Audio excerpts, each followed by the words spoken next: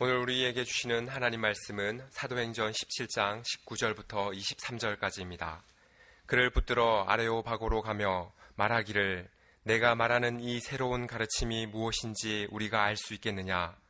내가 어떤 이상한 것을 우리의 귀에 들려주니 그 무슨 뜻인지 알고자 하노라 하니 모든 아덴 사람과 거기서 나그네 된 외국인들이 가장 새로운 것을 말하고 듣는 것 이외에는 달리 시간을 쓰지 않음이더라.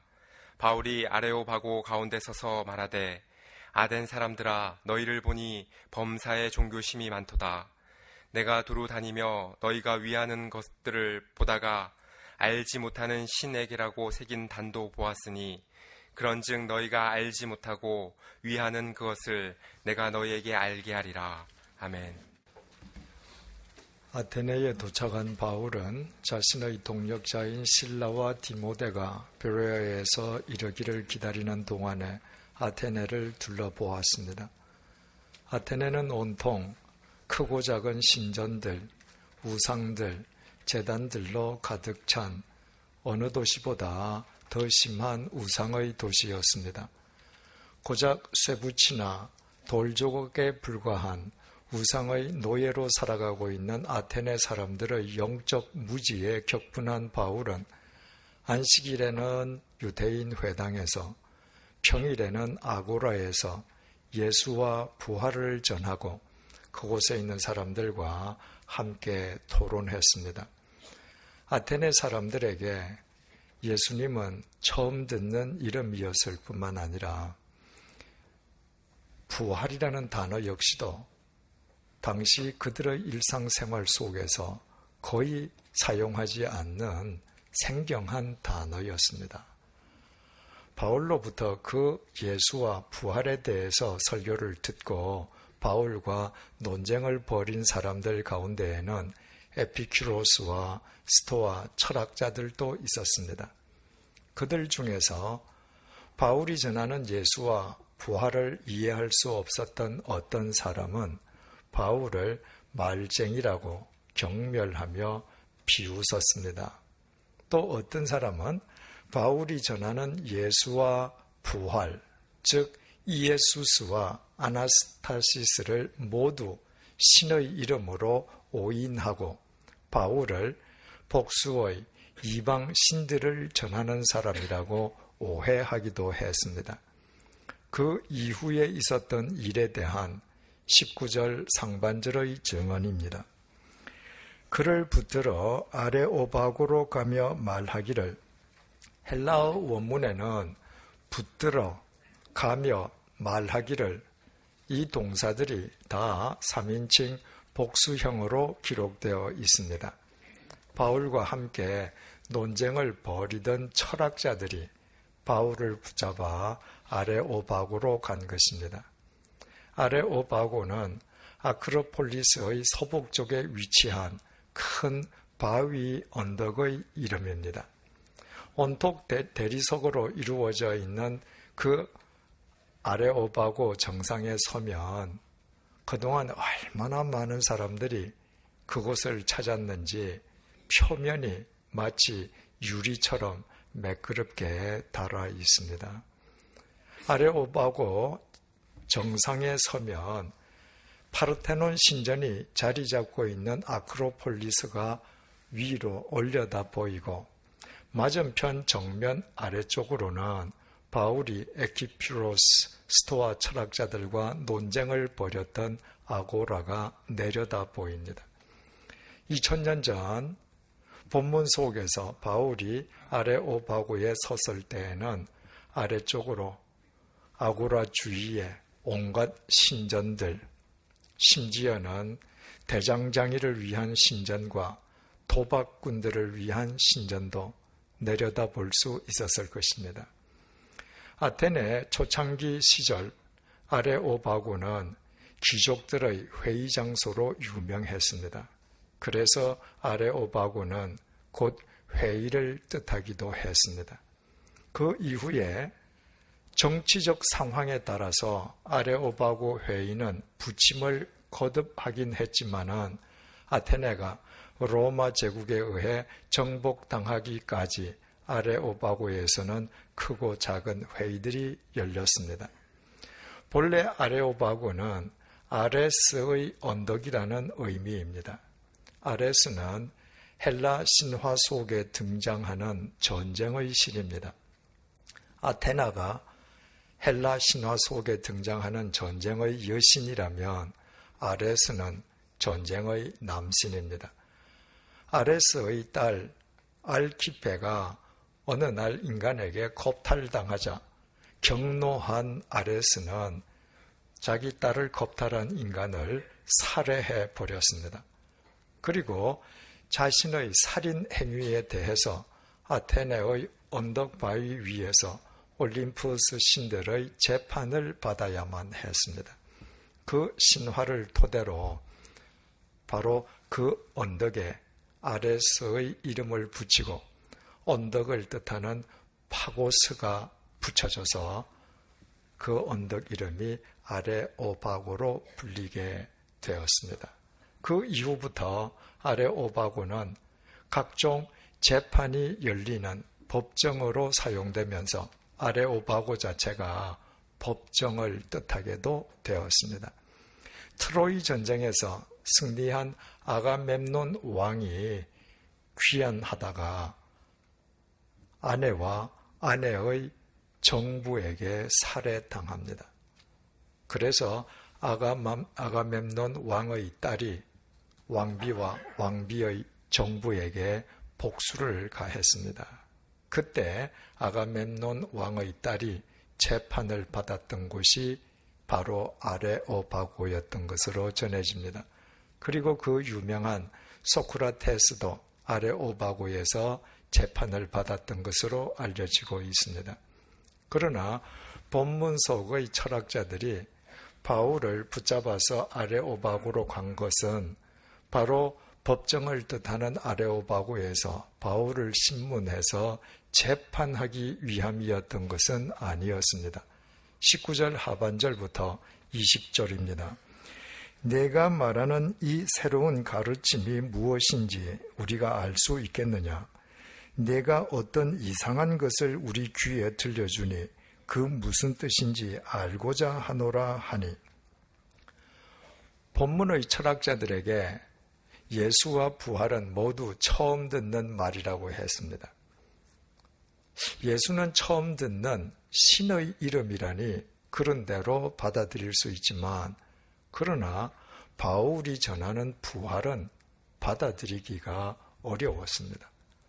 한 사람이 죽었다가 부활했다는 것, 그 한 사람의 죽음으로 모든 사람의 죄가 사함받았다는 것, 그 한 사람이 부활함으로써 모든 사람이 영생을 받게 되었다는 것은 논리적으로나 상식적으로나 도저히 받아들일 수 없는 내용이었습니다. 그래서 바울과 논쟁하던 철학자들은 바울이 전하는 예수와 부활에 대해서 더 자세히 듣기 위해서 바울을 아레오바고로 인도해 간 것이었습니다. 사람들이 북적거리는 시장 아고라보다는 아레오바고가 독립된 공간이기에 그런 목적으로는 안성 맞춤이었기 때문이었습니다. 그래서 오늘날 아레오바고를 찾아가면 정상 한가운데에 바로 여기에서 바울이 하나님의 말씀을 전했다고 나타내는 표시석이 부착되어 있습니다. 그리고 아레오바고 정상으로 올라가는 정면 계단 오른쪽에는 바울이 아레오바고에서 전했던 하나님의 말씀인 오늘 본문 22절부터 31절까지의 말씀이 새겨진 동판이 붙어 있습니다. 그러나 본문 속의 철학자들이 바울로부터 예수와 부활에 대해서 좀 더 자세히 듣기 위해서 바울을 아레오바고까지 데리고 올라갔다고 해서 그들이 바울이 전하는 복음을 믿으려 했던 것은 아니었습니다. 21절입니다. 모든 아덴 사람과 거기서 나그네 된 외국인들이 가장 새로운 것을 말하고 듣는 것 이외에는 달리 시간을 쓰지 않음이더라. 아테네에 살고 있는 사람들의 가장 크고도 주된 관심은 보다 새로운 학설, 이론, 주장을 듣고 논쟁을 벌이는 것이었습니다. 이것은 조금 더 과장된 말이 아니었습니다.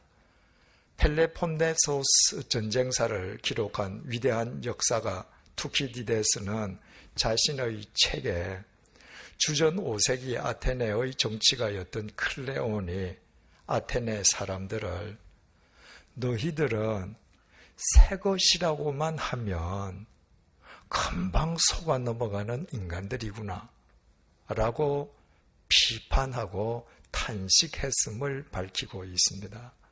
또 주전 4세기 아테네의 웅변가였던 데모스테네스는 마게도냐의 필립 2세가 아테네의 실권까지 장악해서 아테네에 위협이 닥쳤음에도 불구하고 아테네 사람들이 힘을 합쳐서 외세에 대항하려 하기는커녕 오히려 그 상황 속에서도 무언가 새로운 이론이 없는가, 새로운 것만을 탐닉하고 다니는 아테네 사람들의 그릇된 자세를 질타하기도 했습니다. 그리고 2000년 전 본문 속에서 바울이 아테네를 방문했을 때에도 마찬가지였습니다. 그들은 그들의 상식이나 그들의 이성으로는 바울이 말하는 부활을 도저히 받아들일 수 없었습니다. 하지만 바울이 언급한 예수와 부활이 자신들이 태어나서 평생 처음 들어보는 새로운 주제였기에 바울로부터 그 새로운 내용을 들어보기 위해서 바울을 아레오바고로 데리고 갔던 것입니다. 한마디로 그들은 자신들의 지적 호기심, 지적 허영심을 만족시키기 위해 바울로부터 더 자세한 내용을 듣기를 원했습니다. 무엇이든지 새롭기만 하면 그것이 모두 사람들에게 유익하고 사람들을 바로 세워줍니까? 결코 그렇지 않습니다. 사람을 바르게 세워주는 것은 새로운 것이 아니라 언제든지 참된 것입니다. 본문 22절입니다. 바울이 아레오바고 가운데 서서 말하되 아덴 사람들아 너희를 보니 범사에 종교심이 많도다. 이었고 바울이 아레오바고 정상 한가운데에 서서 설교하기 시작했습니다. 바울이 아레오바고에서 행한 설교의 첫 마디는 너희를 보니 범사에 종교심이 많다는 것이었습니다. 이 구절을 헬라어 원문에 보다 가깝게 번역하면 내가 보니 여러분들은 모든 면에서 더 종교적입니다. 이런 의미입니다. 즉 바울은 비교급을 사용해서 아테네 시민들이 다른 도시 사람들보다 더 종교적이라고 말한 것이었습니다. 그렇지 않겠습니까? 아테네는 온 도시가 신전들, 신상들, 그리고 제단들로 가득 찬 어느 도시보다 더 심한 우상의 도시였습니다. 그것은 아테네 사람들이 그 어떤 도시 사람들보다 더 종교적이고 그들의 종교심이 더 컸기에 가능한 일이었던 것입니다. 그러므로 바울이 아테네 사람들에게 당신들은 다른 도시 사람들보다 모든 면에서 더 종교적이라고 말한 것은 속빈 말이 아니었습니다. 그러나 다른 사람보다 더 종교적이고 다른 사람보다 더 큰 종교심을 갖고 있으면 그 종교심이 당사자를 바르게 세워줍니까? 그것도 아닙니다. 어떤 종교를 믿는 사람이건 사람의 종교심은 다 똑같습니다. 자기 경배의 대상을 좀 더 열성적으로 섬기기를 원하는 인간의 종교적 마음과 자세는 다 동일하다는 것입니다. 그러므로 어느 한 종교의 참됨 여부는 그 종교를 믿는 사람들의 종교심으로 드러나는 것이 아니라 바로 경배의 대상에 의해서 판가름 나는 법입니다. 아테네 사람들은 그 어떤 도시 사람들보다 더 종교적이고 더 큰 종교심을 지니고 있었기에 자신들이 살고 있는 도시를 온통 신전들, 신상들, 제단들로 가득 채우고 살았습니다. 하지만 그들의 경배의 대상은 고작 생명 없는 쇠붙이와 돌조각으로 만들어진 우상에 지나지 않았습니다. 그러므로 바울이 아테네 사람들에게 여러분들이 어느 도시 사람들보다 더 종교적이라고 말한 그 말의 참된 의미는 여러분들은 어느 도시 사람들보다 더 미신적이다 라는 의미였습니다. 그 어느 도시 사람들보다도 더 미신적인 아테네 사람들을 향한 바울의 설교는 23절에서 이렇게 이어지고 있습니다. 내가 두루다니며 너희가 위하는 것들을 보다가 알지 못하는 신에게 라고 새긴 단도 보았으니 그런즉 너희가 알지 못하고 위하는 그것을 내가 너희에게 알게 하리라. 바울이 아테네 사람들이 섬기는 우상을 쭉 둘러보는 가운데에 알지 못하는 신에게 라는 글귀가 새겨진 제단도 보았습니다. 경배는 하는 제단은 분명한데 경배의 대상을 알지도 못하고 경배하는 제단이었습니다. 우리말 알지 못하는 이라고 번역된 헬라어 아그노스토스는 신약 성경에서 본문에 단 한 번 사용된 용어로서 불가지론자를 뜻하는 영어 아그나스틱이 바로 이 단어에서 파생되었습니다. 분명히 경배는 하는데 경배의 대상을 알지도 못하고 경배하는 그 희한한 제단이 아테네에 세워지게 된 유래는 이렇습니다. 주전 6세기 전염병이 아테네를 휩쓸었을 때에 아테네의 정치인인 솔론의 요청을 받은 구레네 사람 에피메니데스가 전염병으로부터 아테네를 지켜내었습니다. 그 이후에 에피메니데스는 아테네를 전염병에서 구해준 신들에게 감사하기 위해서 아테네에 세워져 있는 모든 신상들에게 제사를 했습니다. 그리고서도 혹시 자신이 알지 못해서 제사 드리지 못한 신이 있을 경우에 그 신으로부터 화를 입지는 않을까 하는 두려움 때문에 알지 못하는 신을 위한 제단을 만들고 그 제단에 흰 양과 검은 양을 바쳐서 제사를 했습니다. 그로부터 600년이 지나서 본문 속에서 바울이 아테네를 찾아갔을 때 그 제단이 그대로 있었던 것입니다. 그리고 본문으로부터 100년이 지나서 주후 2세기경 로마 제국의 지리학자 파우사니아스가 아테네를 방문했을 때에도 알지 못하는 신을 위한 제단은 여전히 있었고 사람들은 그 앞에서 제사했다는 기록을 남겼습니다. 지난 시간에 말씀드린 것처럼 우상은 인간의 손끝에서 만들어지기 전에 인간의 마음 속에서 먼저 만들어집니다.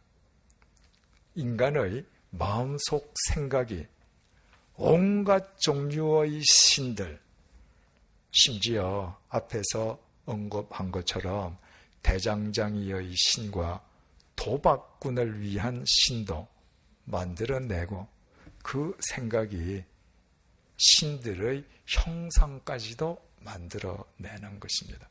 그런 과정을 거쳐서 수많은 신상들을 만들어 섬기면서도 혹 생각하지 못한 신이 따로 있어서 그 신으로부터 재앙을 당하지는 않을까 두려움에 알지 못하는 신을 위한 제단까지 별도로 만들었다면 그 제단이야말로 인간이 얼마나 미신적일 수 있는지를 보여주는 표본이라고 말할 수 있었습니다. 지금 바울을 좀 더 자세한 설명을 해달라며 아레오바고까지 데리고 간 사람들은 아테네의 떠돌이들이 아니었습니다. 그들은 아테네에서 네로라 하는 에피큐로스와 스토아 철학자들이었습니다. 그렇다면 바울은 그들에게 알지 못하는 신을 위한 제단을 언급하면서 너희들이 이런 짓을 하고서도 과연 정신이 멀쩡한 사람들이라고 말할 수 있겠느냐? 라고 질타함이 마땅할 것 같습니다. 그러나 바울은 그렇게 하지 않았습니다. 오히려 너희가 알지 못하고 위하는 그것을 내가 너희에게 알게 하리라고 말을 했습니다. 헬라어의 직설법 동사는 주어의 수와 성에 따라서 동사의 의미가 바뀌어집니다. 그래서 헬라어에서는 일반적으로 주어를 사용하지 않습니다. 동사의 의미만 보면 동사의 인칭이 무엇인지 알 수 있기 때문입니다. 따라서 헬라어에서 쓰지 않아도 되는 주어를 특별히 사용할 때에는 바로 그 해당 주어를 강조하기 위한 경우입니다. 헬라어 원문을 보면 바울이 본문에서 말을 할 때 너희가 알지 못하고 위하는 그것을 내가 너희에게 알게 하리라고 자신을 가리키는 1인칭 주어 내가를 특별히 사용하였습니다. 대체 무엇을 강조하기 위함이었겠습니까? 바울로 하여금 더 자세한 설명을 해보라고 요구한 철학자들 가운데에 바울을 아무 의미도 모르면서 주워 담은 지식의 쓰레기나 나열하는 말쟁이라고 경멸하는 사람이 있지 않았습니까? 다른 사람들도 별반 다르지 않았습니다. 다른 사람들도 바울을 말쟁이라고 부르지만 않았을 뿐 바울이 이성적으로는 도저히 받아들일 수 없는 이상한 이야기를 하는 이상한 사람으로 간주했습니다. 그럼에도 불구하고 바울이 언급한 예수와 부활이 새로운 주제이기 때문에 단지 자신들의 호기심과 지적 허영심을 충족시키기 위해서 바울로 하여금 좀 더 자세히 얘기해 보라는 것이었습니다. 바울은 바로 그 사람들을 앞에 놓고 너희가 알지 못하고 위하는 그것을 내가 알게 하리라고 1인칭 주어를 강조한 것입니다. 말쟁이라고 나를 경멸하고 나를 비정상적인 말을 하는 이상한 사람으로 간주하는 너희들은 알지도 못하는 신이 있지. 너희들이 알지도 못하는 그 신을 너희가 경멸하고 조롱하는 내가 가르쳐주마. 바로 이런 의미였습니다. 그리고 다음 시간부터 상세하게 살펴보겠습니다만은 바울은 천지를 창조하신 삼위일체 하나님에 대해 설교하기 시작했습니다. 지금은 계룡산 기슭에 육군, 해군, 공군, 3군 통합기지인 계룡대가 세워져 있어서 많이 달라졌습니다만은 계룡대가 세워지기 전까지 계룡산은 한국에서 발흥하는 모든 신흥 종교의 발상지였습니다. 한국에서 소위 돌을 닦는다는 사람들이 거의 모두 모여든 곳이 계룡산이었기 때문입니다. 그래서 계룡산에는 소위 도사들이 만든 신상들 그리고 신당들이 즐비했습니다. 그때 신당들 가운데에 알지 못하는 신을 위한 신당이 있었다고 가정해 보십시다. 그리고 제가 계룡산을 갔다가 알지 못하는 신을 위한 신당을 보고 소위 계룡산 도사들을 만나기 위해서 계룡산으로 몰려드는 사람들을 모아놓고 이렇게 설교했다고 하십시다. 여러분, 저기에 알지 못하는 신을 위한 신당이 있죠. 여러분들이 지금 찾아오는 소위 계룡산 도사도 저 신을 알지 못합니다. 여러분은 더더욱 알지 못합니다. 도사도 여러분도 알지 못하는 저 신을 제가 설명해 드리겠습니다. 저 신은 천지를 창조하신 삼위일체 하나님이십니다. 이렇게 설교한 저는 어떻게 되겠습니까?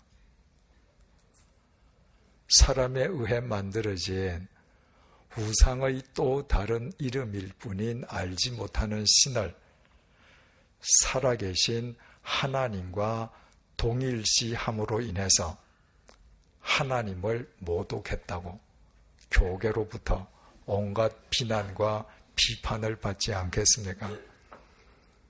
그리고 한국 그리스도인들 대부분은 저를 향한 그런 비난과 비판을 별로 이상하게 여기지 않을 것입니다. 한국 그리스도인들의 믿음이 그만큼 편협하기 때문입니다. 이런 의미에서 바울의 믿음은 우리와는 전혀 달랐습니다. 주전 6세기에 전염병으로부터 아테네를 지켜낸 에피메니데스가 모든 신상들에게 다 제사를 한 뒤에 자신이 혹 생각하지 못해서 제사하지 못한 신으로부터 재앙을 당하지 않을까 두려워해서 알지 못하는 신을 위한 제단을 만들고 그 제단에 흰 양과 검은 양을 바칠 때 그 제단은 결코 여호와 하나님을 위한 제단이 아니었습니다.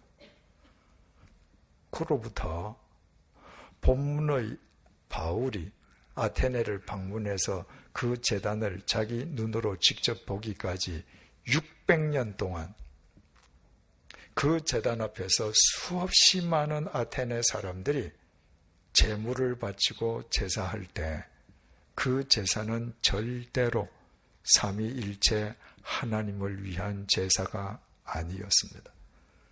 그 제단은 우상의 제단일 뿐이요. 그 제단 앞에서 드려진 모든 제사는 우상을 위한 제사였습니다. 그러나 바울은 아테네 사람들에게 너희들이 알지 못하는 저 신이 천지를 창조하신 삼위일체 하나님이라고 설교했습니다. 바울은 하나님께서 천지 만물을 창조하셨고 천지 만물이 하나님의 것이기에 바울은 이 세상 무엇으로도 하나님을 설명할 수 있었던 것입니다. 참으로 크고도 넓은 믿음이었습니다. 우리가 잘 아는 것처럼 사도 요한은 요한복음 1장에서 하나님을 말씀, 즉 로고스라고 증언했습니다. 하지만 로고스는 본래 성경 용어가 아닙니다. 말하다는 의미의 동사 헬라어 레고에서 파생된 명사형 로고스는 본래 그리스 철학에서 우주 만물을 지배하는 원리, 그리고 감성, 즉 파토스와 대립되는 분별력 또는 이성을 의미하는 단어입니다. 그러나 요한 사도는 당시 세상 사람들이 잘 이해하고 있던 세상 용어 로고스를 가져다가 너희들이 잘 알고 있는 이 로고스가 바로 태초부터 계셨고 천지를 창조하신 하나님 말씀이라고 증언한 것입니다. 요한의 믿음 또한 크고도 넓었습니다. 근자에 어려운 상가 교회가 스님들에게 팔려서 불당이 된다는 기사가 보도된 적이 있습니다.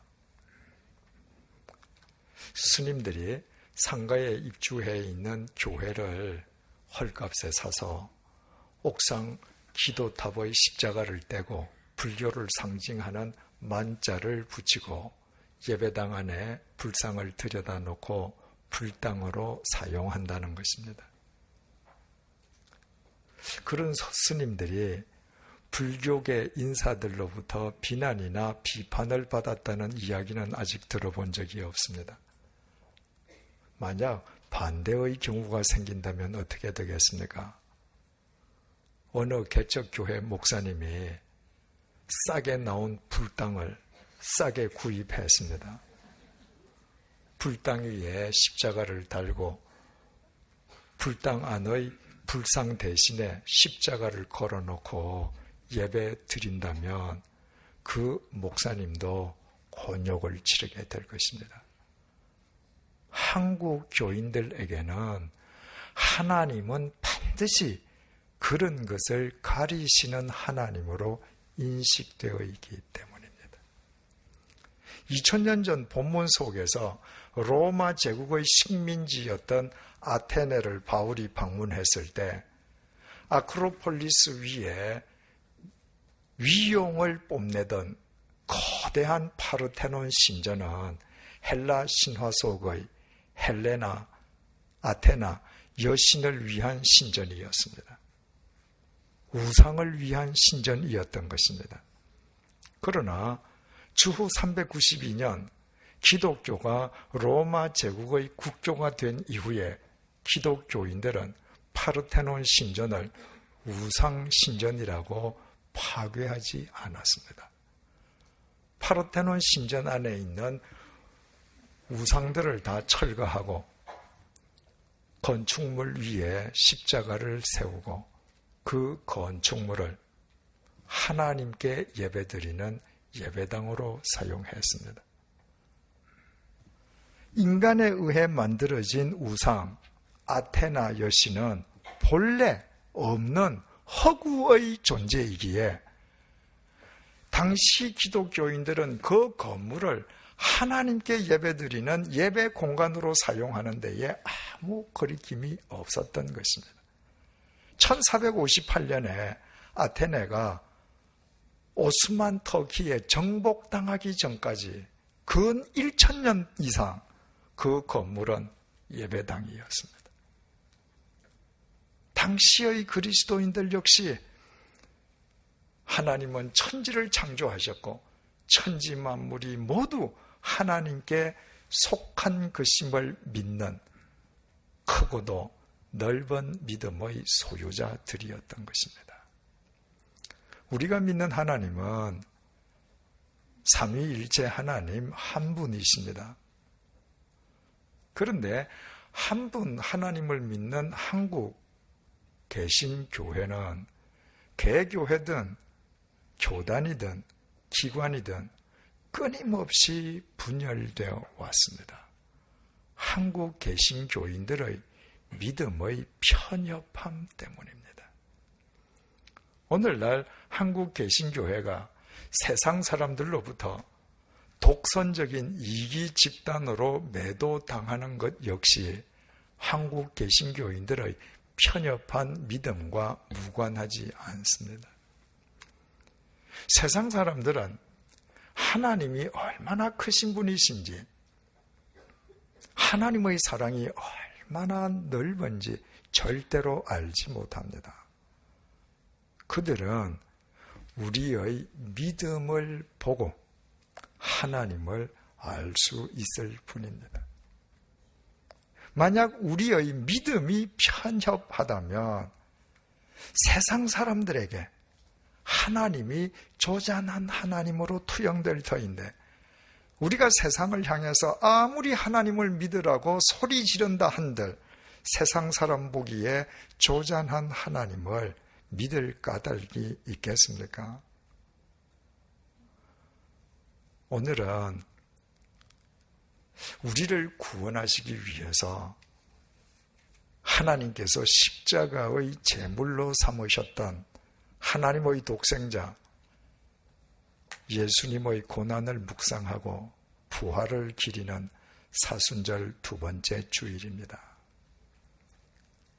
그동안 우리를 구원하시기 위해서 당신의 독생자까지 포기하신 그 크신 하나님의 영광을 드러내기는커녕 오히려 바늘 구멍만큼 좁고 편협한 믿음으로 우주보다 더 크신 하나님을 세상 사람들에게 조잔한 하나님으로 투영되게 해왔던 우리의 어리석음을 회개하십시다.